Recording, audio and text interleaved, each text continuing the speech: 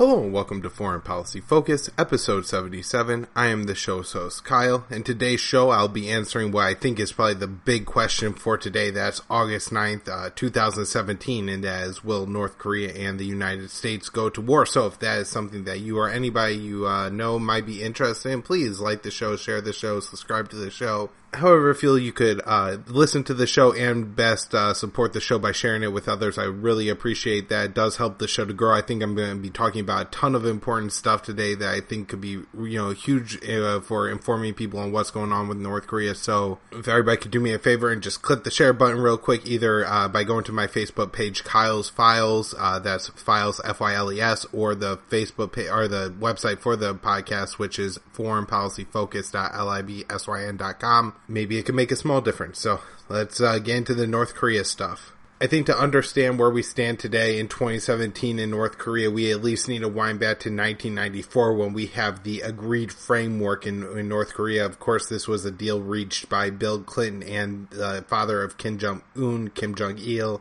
Kim Jong-il was actually the son of the founder, or the man who created North Korea and fought against the Americans during the Korean War. Prior to 1994, North Korea was in the Non-Proliferation Treaty. The Non-Proliferation Treaty is a treaty signed by all the nuclear weapons countries except, I believe, Israel, Pakistan, and India, and now North Korea, but at the time North Korea was a signatory to the deal. And that basically says that people within the who sign on to the deal, so let's say Saudi Arabia and other countries like Italy and Spain sign on. Though the countries who do not have nuclear weapons agree not to build nuclear weapons, and in exchange, the countries that do have nuclear weapons would provide, I think, some nuclear information on nuclear energy to the other countries. You wouldn't know by listening to the mainstream media, but Iran is also a signatory to this deal and has agreed not to make nuclear weapons.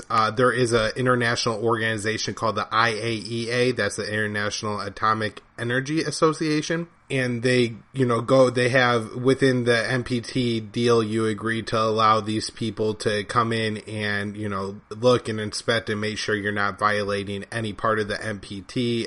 Iran allows this. North Korea at one point in time allowed this. I guess if there was a question, let's say maybe that South Korea or South Africa or, any Latvia, for example, said, we decide we're going to make nuclear weapons, or there was suspicion that the IAEA would come in, look and see what they could find on the issue. So this was in place, and then I guess there were some issues around this time with people thinking that North Korea was looking to be more hostile and aggressive in the region. Of course, this was kind of the last communist country, or one of the last remaining communist countries. In 1994, we had the fall of the Soviet Union, and that really put a hit to communism, but North Korea hangs around and is able to hang on to being a communist isolationist state, kind of on the ass end of China and Russia. And so that may have contributed to some of the problems. However, at this time, IAEA inspectors were going in and certifying that North Korea wasn't making nuclear weapons. North Korea agrees to what is called the Agreed Framework, which is kind of an odd name, but the actual name of the agreement between the United States and North Korea is the Agreed Framework. This kept North Korea from leaving the NPT, agreed to give up all their nuclear reactors that I think could produce like chemicals grade waste from creating nuclear energy, and that only certain nuclear waste can then be turned and used to make a nuclear weapon. And this is something that we've seen in Iran, for example, with the Iraq reactor, where the Iranians agreed to stop using that one because even though they weren't using the waste to make nuclear weapons, they could use the waste of that one to make nuclear weapons. So it seems like this was actually holding in place, and we have an article by Robert Perry, who of course is a former kind of U.S. government employee, who said that he was part talks with North Korea in 1999, where it would have really been a North Korea maybe not coming in from the cold, but a kind of a more status and maybe even an end to the South Korean War type of negotiations going on that were apparently nearly completed, but they just ran out of time. at the end of the year 2000. A lot of these talks had North Korea agreeing to give up nukes and the U.S. agreeing to maybe pull some troops out of the region and stop being so hawkish towards North Korea to help them to feel more comfortable. And in return, South Korea and Japan would give financial aid to North Korea. Of course, North Korea has faced several famines, and the people, because they live in a communist country, I think like the average income for a North Korean citizen is like $1,300 a year. And so, I mean, these people are poor. They live the terrible, terrible lives. And so I guess that aid would have been helpful. Bush gets elected, comes in and ends talks completely, and this, of course, upsets North Korea. Hawkish, Bush goes against North Korea, puts North Korea in the axis of evil, and creates all kind of problems between the leader Bush and Kim Jung Un still. We eventually have Bush backing out of the grade framework, and this was later revealed by Seymour Hersh to be because of a national intelligence estimate that North Korea was violating the NPT, although, how accurate would the national intel assessment be, or estimate be? As a similar national intelligence estimate in 2002 was the one that led the United States to get into war with Iraq, and so lying on similar issues for similar reasons on this one as well, I think.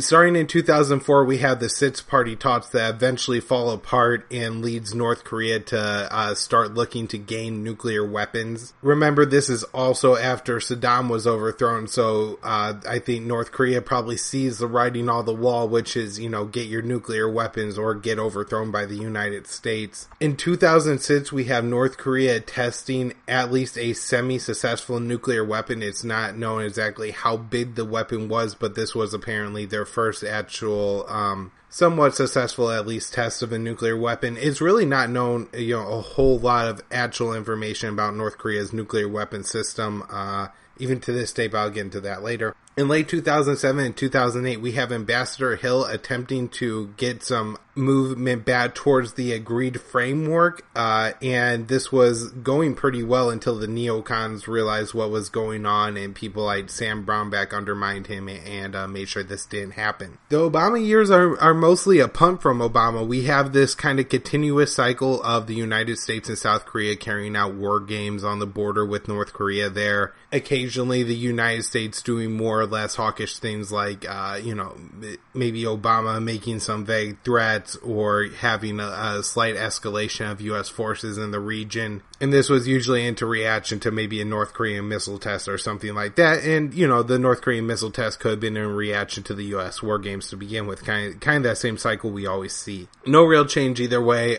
Nothing good happened. A little bad happened. Things continued to get worse. And so now we end up in 2017 with Donald Trump. Of course, everything just seems to kind of be a little bit more magnified under Donald Trump. I'm not sure if it's just maybe because he's still in his first early days in office, or if it's because the character and persona of Donald Trump just being as ridiculous as it is. But unlike Obama, the North Korean situation under Trump has quickly heated up. We saw the war games early on in Trump's administration, leading to North Korea conducting missile tests and threats towards the United States. My guess is kind of what happened is Trump didn't know a whole lot about the North Korean situation. This is largely because nobody reported or talked about during the Obama administration, and Trump isn't somebody who seems to do a whole lot of deep research. So I think we have a situation where Trump comes into office, doesn't think or know a whole lot about North Korea. Yeah, maybe Kim Jung Un's that crazy Asian looking dude, but who knows other than that. I think during the campaign, Trump had maybe said a couple times they thought he could get along with them or something, and the positive things overall on North Korea, at least in the campaign. He takes office, and the United States is carrying out these massive war games right on the border in North Korea, simulating the border in North Korea, and this is obviously a hostile act, at least interpreted by the North Koreans, and we end up with North Korea responding by making threats and conducting missile tests. Trump, I think, hears this and probably gets real excited about it, because Trump seems the kind of guy that has to respond to all threats no matter when they come. I don't know if this is something that I talked about on the show a lot, but definitely during the election, which was going on before I was even doing this show, one of the things that I really disliked about Trump was that it seemed like he had to respond to everything. He couldn't let anything go, even if it was in his best interest to maybe say, you know what, I'm just going to ignore this reporter, I'm not going to insult them or get in their childish little fights. Everything that was said about Trump had something to say about it back, and I kind of worried how that would interpret to foreign policy, and I think we kind of saw the negative end of it definitely on the North Korean situation, where Kim Jung Un says something like, now we're going to be able to nuke America, and Trump has to respond by saying something. So he decides he's going to say, America could wipe North Korea off the face of the map and fly a couple B-1 bombers over the DMZ zone. Obviously, this heats up in the media. The media loves it. You have Kim Jung Un, who has some very eccentric tendencies himself, and Donald Trump in the same story. I think kind of like other more eccentric leaders, Duterte, Erdogan, Putin, you have these people that the media likes to pair up with Trump because they both seem kind of strongman-ish and nutty. We also have hawks in the State Department making all this work worse, especially Nikki Haley and Rex Tillerson. Even when we have Trump saying something slightly positive as president, like he's willing to talk to Kim Jong-un, Tillerson will come out and say the U.S. will only hold talks with North Korea if North Korea agrees to give up their missile and nuclear weapons program, which obviously North Korea isn't going to do, because even the DNI, Director of National Intelligence of the United States, Dan Coates, said North Korea isn't going to give up their nuclear weapons, and they would be foolish to, because look what happened to Gaddafi and Saddam. And so I think it should be well known within the administration, within the media, within the American public, that the reason that Kim Jong-un is holding on to his nuclear weapons is because it's an anti-America device. It's like putting on USA bud spray. You actually have a nuclear weapons program, or hell, even like Iran, just having some kind of program able to maybe one day have nuclear weapons. It seems to be enough to kind of keep the USA at bay. But when you say, hey, look, I got absolutely nothing like Saddam and Gaddafi, you end up dead. Nikki Haley, for her part, has said that the United States is refusing to talk to the UN and has made absolutely no progress or effort at diplomacy, and this is absolutely insulting from a diplomat. I mean, why in the world anybody in the United States has to write a check to the government so Nikki Haley could get a salary is unbelievable, because if you look at what the woman does, which is only warmonger all day long and say, we're not going to talk to you, and she's America's diplomat to the UN, you gotta be kidding me. And so this kind of leads us to the situation in the past couple of weeks where we have the UN putting on sanctions against North Korea, reducing their output to, I think, by 1/3. And you have last night or yesterday, Trump and Kim Jong-un trading threats. Trump's, promising fire will come to North Korea, and North Korea saying that they're going to nuke Guam. So here we are today, and I think the question for everybody is kind of, well, how likely are we going to see nuclear weapons going off, and what's the chance we end up at war here? I think there's several factors that go into this I'd like to kind of run down and address. I think the biggest one being just that North Korea shares the border with China and Russia, and so that's a pretty strong deterrent for the U.S. not to do too much in the area. I don't know all the weather patterns, and I'm sure there's some people that have to map out all the, that have mapped out and try and kind of track the economical or the, environmental impacts that would come from a nuclear weapon strike on North Korea. But obviously there's a lot of nuclear fallout. There's a lot of damage to the ozone layer. There's just tons and tons of negative environmental impacts whenever you drop nuclear weapons, especially the big ones that the United States would be using in order to try to hit North Korea's underground facilities. And so turning North Korea into a nuclear wasteland doesn't really seem to be an option. I think it would really impact the environment of the area, which would hurt, U.S. allies South Korea and Japan, as well as China and Russia. Also, China and Russia would not be too happy with a united Korea with a NATO ally. This would put a NATO ally or not a NATO ally, but a U.S. ally right on the border of China and Russia, and that they would definitely see that as a threat, and so that's kind of another deterrent to what's going on. We have Ron Paul and Dan McAdams giving pretty good analysis on it, saying that they don't think it's likely that the U.S. will go to war there. It would be expensive. There would be a lot of U.S. lives lost. One of the big things that they point out is just the amount of artillery pointed at the northern regions of South Korea from North Korea. North Korea, what they've done, they drilled out tons of artillery tubes into mountainsides in North Korea, and all those are pointed at South Korea. I think in total there's about 30 million people within the range of the North Korean artillery, although a lot of those people are not in range of all the artillery. However, there could be millions, if not tens of millions of South Korean lives lost if they do go to war with North Korea. These artillery positions are very well embedded, and the idea would be is that there's just so many of them, the United States wouldn't be able to take them all out, and they would be able to inflict a very large amount of damage on North Korea. North Korea also holds some weapons or some missiles, maybe up to 1,000 missiles that they could shoot and hit South Korea and possibly Japan with. And so those are definitely deterrents to the U.S. going into war with North Korea. Peter Van Buren wrote an excellent article and really pointed out that, look, Trump is a 70-year-old man who became president of the United States. Obviously, he is able to make some rational decisions, and when the options are put out in front of them, he is able to see a very clear bad choice, and that's what the invasion of North Korea would be, and so we feel pretty confident that wouldn't happen. From the perspective of the North Koreans, there's really not an option for them to win a war with South Korea, the U.S., and Japan. It simply would not happen. The United States has too many nuclear weapons. They have too many bombers. They have too many troops in the area. South Korea and Japan also have militaries and would join in the fight. Not to mention that just world politics kind of seems to line up where China and Russia really wouldn't take the side of North Korea. They'd be maybe more neutral parties, but at the end of the day, they don't want the refugees pouring over their borders and probably wouldn't be too helpful towards the North Korean regime. So any attack on South Korea, the United States, Japan would result in the end of the North Korean country, possibly of North Koreans altogether, depending on how many nukes are dropped. As I mentioned before, Robert Perry pointed out that time and time again, the North Koreans have showed that they're ready and willing to talk and have been willing to make deals with the United States in the past, so there's no reason that cannot happen again. Kim Jung Un, like Donald Trump, has shown that, he has been able to lead and rule a country from a very young age, a country that's poor, that's isolated, that has the weapons of the world pointed against it. And while I'm not trying to point picture Kim Jung Un as a sympathetic figure, I am saying that this guy has been able to accomplish a little bit, and is obviously not insane.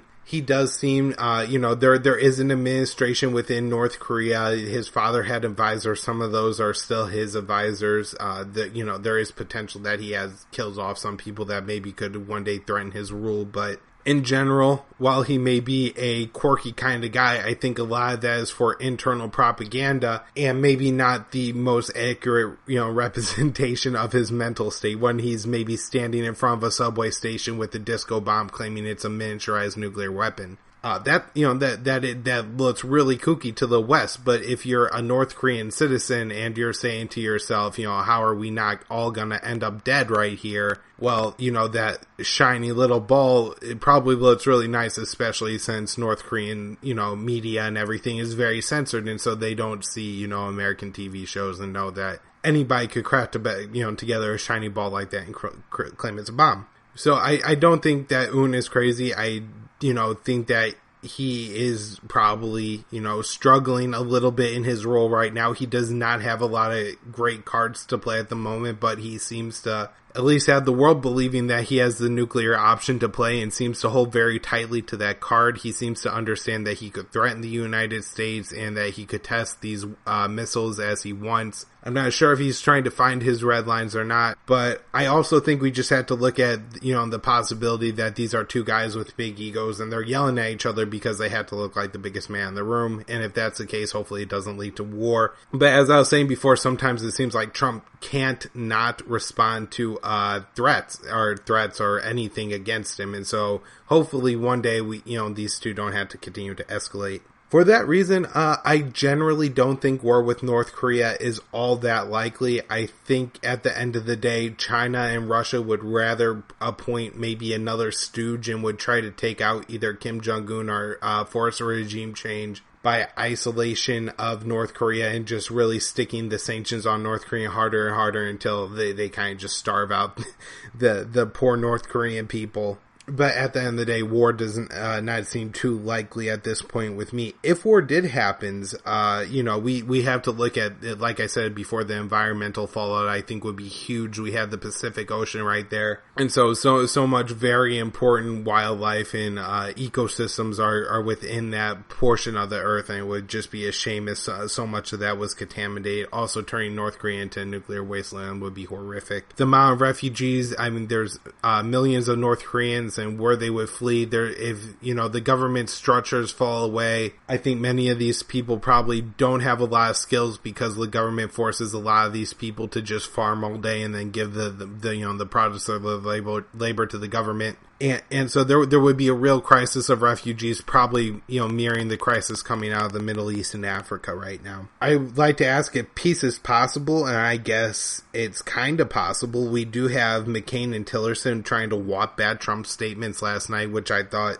was, in one sense, scary because, maybe John McCain was scared that we would have an actual war on our hands here instead of just the play wars he messes around with in the Middle East. A war where real damage could be inflicted on the United States. And I don't know, because, kind of the conditions for the United States, at least according to Tillerson, seem to be that North Korea has to flat out say they're going to give up their nuclear weapons and missiles programs, or the United States isn't going to talk to them. But as I said before, Dan Coates pointed out that the United States is just not going to do that, or North Korea won't do that because it's a bad move for them. I guess there's always the possibility that this is Trump's negotiation game, that he's trying to get North Korea in their worst position possible to make them come to the table begging for mercy so Trump could really stick it to them and hurt them on a crappy deal. But that, wouldn't be the best thing for the long-term relationship anyways. You want the North Koreans to have a good deal that they could be committed to that will improve their country and their standard of living as well. I want to talk about one story coming out that was a major story yesterday, and that is the WashPo reported on a national intelligence assessment. I think this was a DIA assessment that said that North Korea had obtained the ability to use miniaturize their nuclear weapons. Experts had estimated that this was 2020 or later that North Korea would be able to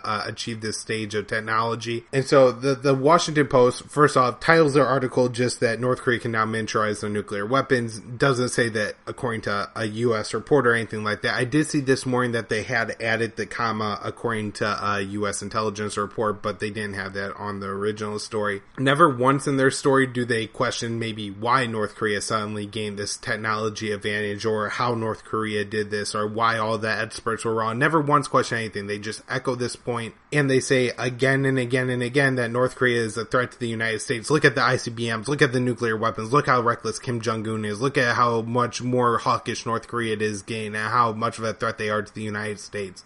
Right, and this is, let's just take a second to say this, that this is a site that has democracy dies in darkness on the top of their webpage right now, and complaining about the nationalism in the United States. And they're the same organization that's constantly writing news stories that's scaring Americans, saying that everybody in the world wants to kill them. Well, how do you end up with a country full of nationalists? You tell them that everybody else in the world is their enemies except their neighbors. It's unbelievable that they can complain about both things. But anyways, I won't put too much credence in that story. One, it's just a DIA assessment, and two, the Washington Post didn't ask any critical questions about it. A lot of other reporting I've seen pretty much echoes this, that North Korea is a threat to the United States. They always use a picture of Kim Jung Un that made them look crazy, and they, maybe match it up with like this wrestling WWE looking style thing between Trump and Kim Jung Un or something. It's absolutely disgusting. It's not real investigative journalism. It's not asking why North Korea was able to get this technology, or what realistic threat they could present to the United States. It's always just catastrophe, warning, nuclear weapons. Look at this map that says that North Korea can maybe nuke you if you live anywhere west of the Mississippi. So, I think that leads to a lot of the problems that we have right now, especially, like I said, with the nationalism and the problems we have with North Korea, where more and more Americans are seeing the North Koreans as enemies. Also, again, I'd just like to point out that, we're really risking, potentially worldwide nuclear war here. Once one nuclear weapon goes off, it could get very dangerous very quick, especially if the United States or Russia tries to start telling other countries who can and can't shoot off nuclear weapons. It could very quickly spiral out of control into a situation just like North Korea has. Just like there's no actual incident that's creating all this problems between the U.S. and North Korea, other than it's just one small escalation, another small escalation, another small escalation, until you end up with the point that two leaders are threatening to nuke each other. And there's millions and millions and billions of lives on the planet that are at stake right now, and you have Kim Jong Un and Donald Trump being the two men that get to decide the fate of everybody else. So I guess I'll end there on the North Korea stuff and just let that sink in. There's a few other news stories I'm just going to run through real quick to keep everybody up to date on everything. The Pentagon has given U.S. military bases in the United States the authority to destroy or disable drones that enter the base's airspace. I'm not sure how expansive military bases claim that their airspace is around the base themselves. A U.S. plane and an Iranian drone come close to colliding in the Persian Gulf. They're reporting on this, again, echoing the North Korea stuff. Absolutely abysmal. Right, Iran is Persia. Not everybody knows this, but, Iran is Persia. The Persian Gulf is on the border with Iran, and the U.S. has aircraft carriers in the Persian Gulf. Those aircraft carriers having tens of planes that could deliver just more and more weapons to the Iran almost instantly, boats and we could really launch an assault on Iran on any time, and they have to live with that threat sitting off their coast. I guess an Iranian drone was flying somewhere near a U.S. aircraft carrier and interfered with a U.S. plane trying to land on that aircraft carrier.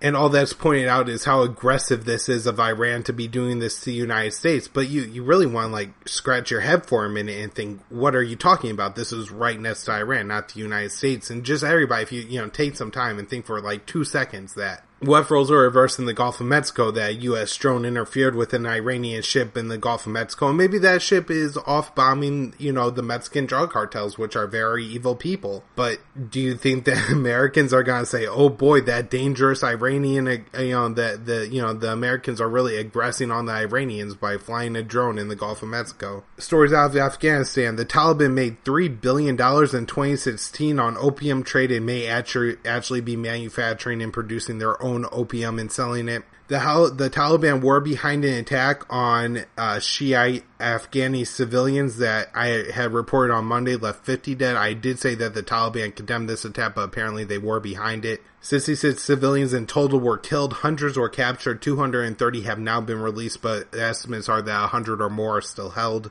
Arab Prince wants to build a private air force in Afghanistan, and the vice president of Afghanistan has been living in Turkey because he's been accused of committing war crimes, but crimes including beating and sodomizing an old man. He says that he will re-enter the country and that the charges are ridiculous, and has kind of grouped up with a minority coalition, and it seems like there could be some unrest in Afghanistan for this reason. A senior member of the Syrian War Crimes Tribunal, UN War Crimes Tribunal, has quit because she says nothing will ever be accomplished and everybody in Syria is bad at this point. 29 Syrian civilians in Raqqa were killed by the U.S. in the past 24 hours. Saudi Arabia reiterates that Assad must go, although at one point it did look like they had walked back this statement a little bit. And it's the 4-year, or at least I think August 5th was the 4-year anniversary of the U.S. bombing ISIS. I can't believe that this was 4 years ago. It doesn't seem that long. Speaking of anniversaries, Monday was the 72nd anniversary of the bombing of Hiroshima. Last news story I got is that 700 civilians have been killed as fighting in Marawi, Philippines continues. There are still some ISIS fighters. I guess they're fighting kind of door to door at this point. Alright, that'll wrap up my show for today. If you like the show, please share the show. You can find the show at Kyle's Files on Facebook, or the private Facebook group Foreign Policy Focus. We've been talking about the North Korean stuff in there all day, so you may find some interest in that. You could also find me at the website foreignpolicyfocus.libsyn.com. My personal website is kylesfilesblog.com. I also blog at thelibertarianinstitute.org, and I'm on Twitter at KYAAALE.